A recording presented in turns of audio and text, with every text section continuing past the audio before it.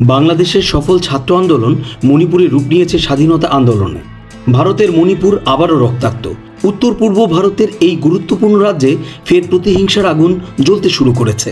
রাজ্যের নিরাপত্তা ব্যবস্থায় আমূল পরিবর্তনের দাবিতে রাজধানী ইম্ফলের রাস্তায় নেমেছে হাজার হাজার শিক্ষার্থী।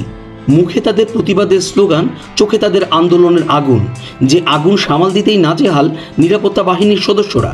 ক্ষুব্ধ শিক্ষার্থীরা রাজভবন ও থৈবালের জেলা প্রশাসকের কার্যালয়ে হামলা চালিয়েছে।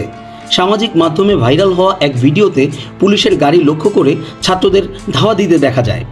লাগাতার ছোড়া হচ্ছে টিয়ার শেল, চলছে লাঠিচার্জ, তবুও থামানো যাচ্ছে না মণিপুরের তরুণ তুর্কিদের। গত ৮ সেপ্টেম্বর সামাজিক মাধ্যমে মণিপুরের স্বাধীনতার ঘোষণা দেওয়ার একটি ছবি ভাইরাল হয়। আরেকটি ভিডিওতে দেখা যায় ভারতের পতাকা নামিয়ে সেখানে উড়ানো হচ্ছে ৭ রঙা পতাকা, যা ইঙ্গিত দিচ্ছে বড় কোনো পরিবর্তনের। আন্দোলনরত শিক্ষার্থীদের দাবি, রাজ্যের বর্তমান নিরাপত্তা উপদেষ্টাকে অপসারণ ও মণিপুরে শান্তি ফেরাতে রাজ্য সরকারের হাতে সর্বোচ্চ ক্ষমতা দিতে হবে। এই দাবিতে ছাত্রদের পাশাপাশি রাস্তায় নেমে আন্দোলনে সামিল হয়েছেন সাধারণ জনগণও।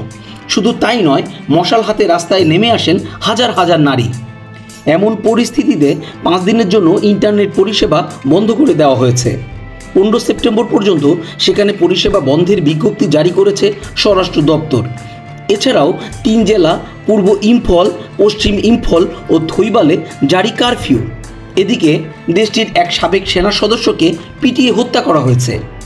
1 সেপ্টেম্বর থেকে মণিপুরে জাতিগত সহিংসতার বিভিন্ন ঘটনায় অন্তত 11 জন নিহত হয়েছেন। কেন্দ্রীয় বাহিনীর অপসারণ এবং আদিবাসী সম্প্রদায়ের সুরক্ষার দাবিতে শিক্ষার্থীরা প্রতিবাদ সমাবেশের আয়োজন করেন। এর জেরে গোটা রাজ্যে ব্যাপক অস্থিরতার সৃষ্টি হয়।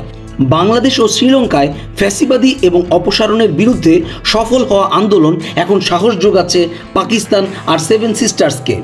আরব বসন্তের ছোঁয়া হয়তো শীঘ্রই ছড়িয়ে যাবে আমাদের এই ভারতীয় উপমহাদেশে।